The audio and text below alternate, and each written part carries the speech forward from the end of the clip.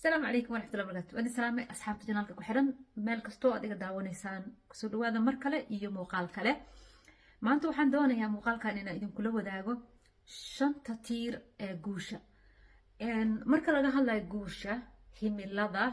hadafka dhammaan waxa waa qofka waxyaalaha uu ku riyoonayo ama uu jecel yahay qofka inuu gaaro maalin uu noqdo u raadinayo ayaa la yiraahdaa guusha ama himilada marka aad gaartid meesha aad doonaysid macnaheedu waxa waa guushaada waad gaartid so dariiqo loo maraa jiro markaa guusha ay muhiim tahay qofka inuu ogaado ama uu helo inta uu yaryahay qofka waliba gaar ahaan dadka dhalinyarada ayaa muhiim u tahay dadka waaweyn khibrad ahaan ama waay aragnimo ahaan laga yaabaa inay waxyaalahan dhan ku soo mareen shantaasi markaa hadduu qofka shantaa ku dadaala ee uu dhammaystiro fahmo ku dhaqmo caado ka dhigto waa hubaal nololka guul kasto ama aan idhaahda hadaf kasto nolosha uu kaliya qofku uu gaaraya so midka ugu horeeya maxaa la dhahdaa ko spiritual building inaad dhistid ruuxdaada waxaa laga yaabaa mararka qaar marka aan ka sheekeynayo ama dadka aan tababarka siinayo aan usoo jeediyo qodobkooda inay ka dhigtaan spiritual markiiba niyadooda hadalkooda waxaa kusoo dhacaa nin qof muslim baan ahay already waa tukadaa waa sooma wasala laakiin sidaas way ka weyn tahay spiritual marka laga hadlaayo waa ruuxda oo si dhiib leh ee qalbi leh looga shaqeeyo loo horumariyo loo hago loo controlo macnaha ruuxda ama marka la dhaho xiriirka ilaahay marka la xiriirka alle marka laga hadlaayo ma aha kaliya inaad faralka dukatid sunnada faralka soonka waa faral inaad soontid ma aha waxyaalo badan waxaa jira u baahan si toos ah inaad ilaahay ugu xiran tahay oo aad maxay ahaday si dhiib leh aad u dhex gashid isla markaana deganaan badan ku keeni karta ayaa jiro tusaale kale waxaa ka mid ah in ducooyinka aad ku dadaashid in wardiga aad badisid in maxay ahayd ilbiriqsi kasta daqiiqad kasta ficilka aad samaynaysid waxa afkaada ka soo baxayo waxa aad ku fikiraysid waxa aad qabanaysid waxa aad ku dhaqaaqaysid ay yihiin waxaad ilaahay ugu dhawaanaysid oo mar walba aad xasuusan tahay ducooyinkan ugu muhiimsan marka laga soo tago faralka ducooyinka waa kuwa kale ee riyada adiga aad leeda ku geen lahay wardiga faraha badan waxaan kasoo hadlay waxaa jira muuqaalan kaga soo hadlay in 5,000 oo wardi ah maalinta aad akhrisid 5,000 oo wardi ah maalinta inaad akhrisid si ruuxdaada ay u korto ay u kobacdo ruuxda waxay ku kobacdo waxa weeyaan waxyaalaha sida wardiga sida ducooyinka sida quraanka la akhriyo sida hadallo wanaagsan ee dadka lagu yiraahdo hab dhaqan wanaagsan waxyaalahaas dhan ay ruuxda ku kobacdaa marka qofka markay ruuxdiisa kobacdo waa tiir ka mid ah shanta tiir ee guusha lagu gaaro haddii marka ay ka maqan tahay spiritual ama kobcinta ruuxda ay ka maqan tahay waxa ka maqnaanay tiir ka mid ah tiirkii aad ku gaari lahayd hadafyadaada marka mar walba daciif aad ahaanaysaa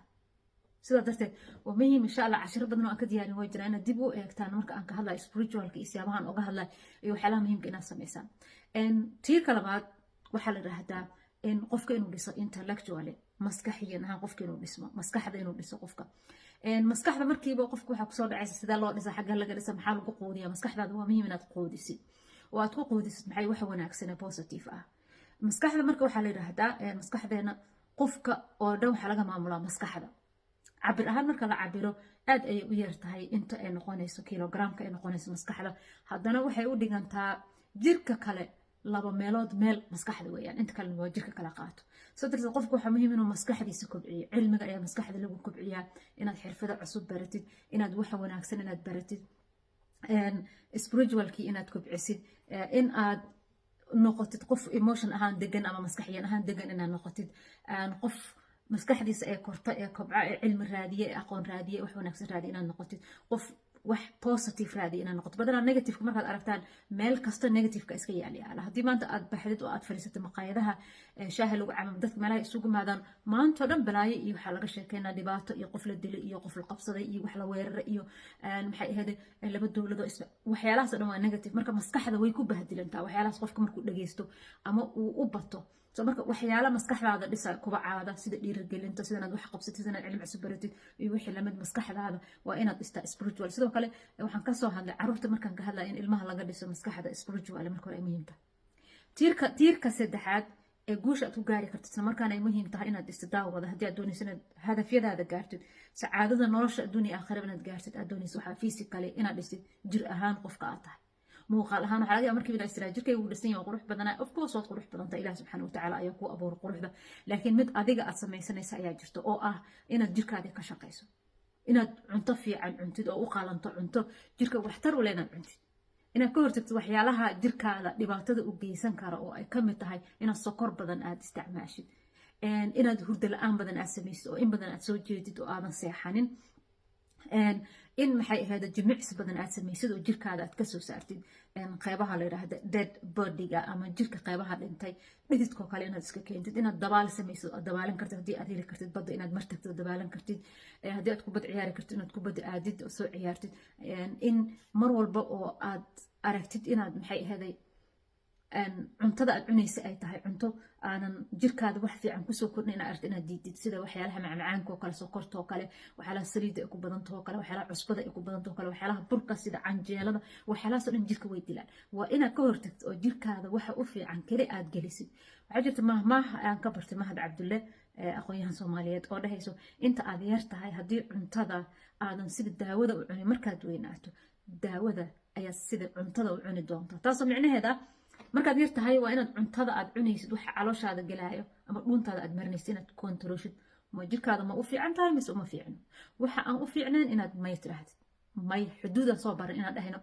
may waxaad rabin jirkaada waa inaad tirahdid hadaldalin qaxwo fara badan hadaldalin shukulaato fara badan ha isticmaalin waxyaalaha drugska sida sigaarka oo kale tubaakada oo kale dhammaan waxyaalahaas jirkaada waxyaala ay u geynaysaa diid biyaha caadiga ah aad cabaysid iyo cuntooyinka fiican jirkaada nafaqada waxtar kusoo kordhinaya waxaana jirkaada ha u ogolaan physicalkaada ka shaqeey exercise samee isbuuci ugu yaraan 3 mar exercise samee oo aad baxdid ama gymka aad ama gurigaada ku samee home exercise samee laakiin waa inaad jirkaada ku dadaashaa ee aad ilaalisaa physically ahaan isla markaana aad istaa waa tiir ka mid ah hadafyadaada waxaad ku gaari lahayd jirkaada nusqaansan yahay hurdo la-aan ay ku hayso wax badan aadan aqrinin horumar ma gaarayso marka waa inaad tiirkaasi saddexaad adkaysaa oo aad ku fikirtaa cuntadaadana ansaxdaa hurdadaadana ansaxdaa qodobka afraad isla markaana ah tiirasha shanta tiir aan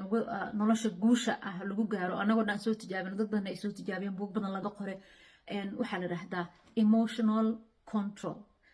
ama master emotion inaad emotionkaada ka adag tahay oo aad taqaana dareemahaada dareen kasta marka uu kaco sida lagu dejiyo adiga oo aan dagaal gelin tusaale kale xanaaqya ka mid ah haddii aad xanaaq badan tahay ma gaari kartid hadafyada nolosha aad ka leedahay wax kasta dhexda ayaad kaga tegaysaa wax kasta waad bilaabaysaa waad ku caroonaysaa waad ka xanaaqaysaa markay dhibkaa hortimaada waa ka tegaysaa haddii aad tahay qof jilacsan oo wax kastaba hayad aha oo calool jilcaada qofku markuu allah waan kuu qabani walaal waa kuu sameynaya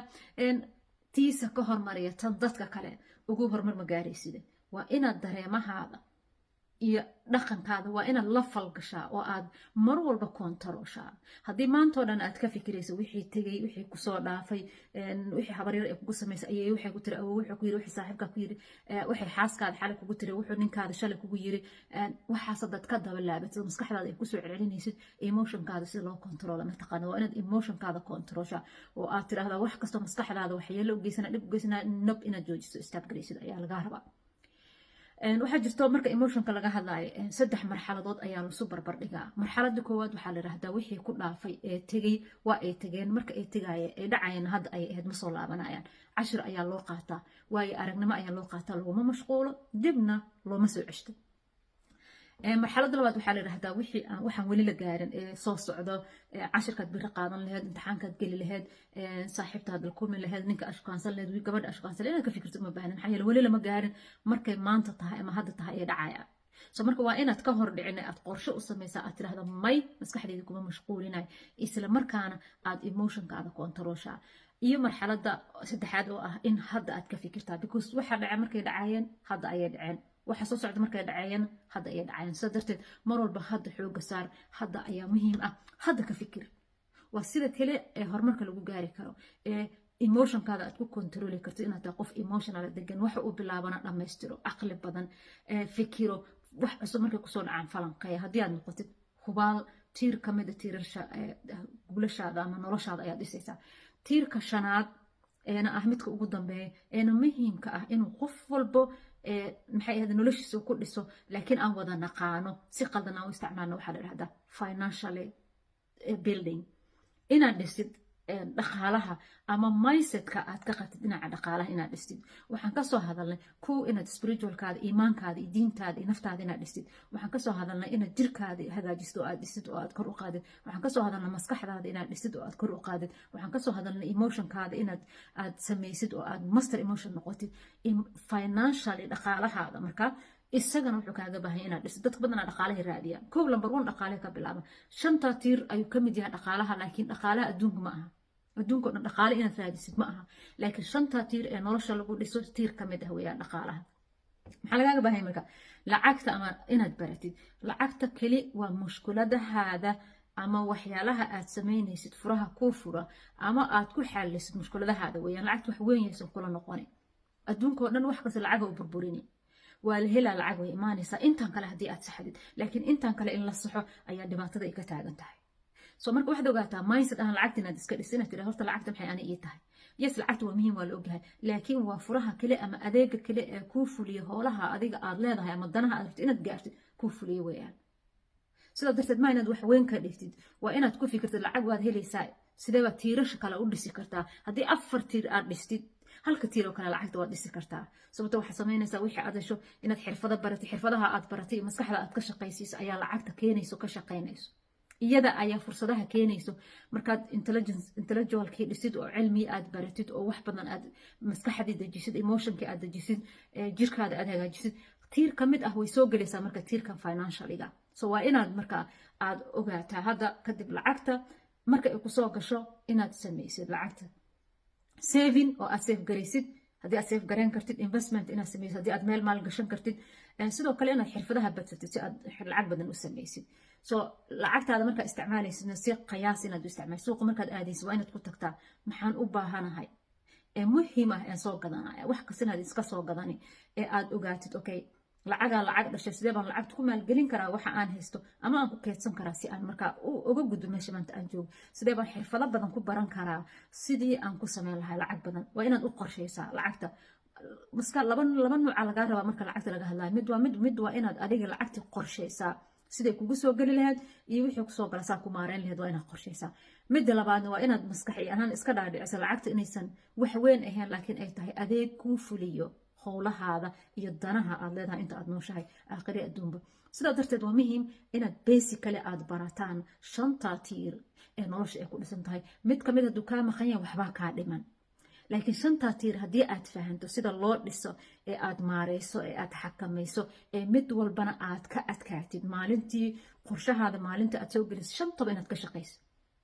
shantaba inaad ka shaqaysid maalinta soo gale lacagta inaad ka shaqaysid dadka badanaa maalinta lacag bisay u shaqeeyaan maalinta soo gale inaad ka shaqaysid spiritualkaadii intellectualkaadii physicaligaadii emotionaligaadii iyo financially intaba maalintii shantaaba mid ka mid ah mar walba inaad daqiiqad gelisid ama saacado gelisid si aad horumar u gaarto waa hubaal horumar ayaad gaaraysaa annagoo dhan horumar ayaan gaaraynaa haddii intaasi aan ogaano ama aan barano waa intaa aniga intaan dadka ku tababaro oo dhalinyaro badan oo aan ku tababarina maanta ay ka xiroobeen inay ka welwelaan lacag iyo dhaqaalo iyagoo xitaa aan lacag haysan kama welwelo maxaa yeelay maskaxiyan aan ayaa ka dhisneen haddii adiga aad u baahan tahay sidoo kale waad samayn kartaa insha Allah dhammaantiin inaad samaysaan oo aad ku dadaashaan ee aad barataan ayaan rajaynayaa insha Allah daawada haddii aad cusub tahay marka ugu horeysay aad soo booqatay janaalkayga marka ugu horeyso soo dhawo subscribe si aad u heshid muuqaalada aan soo dhigo sidoo kale haddii aad muuqaalkan ka heshay share iyo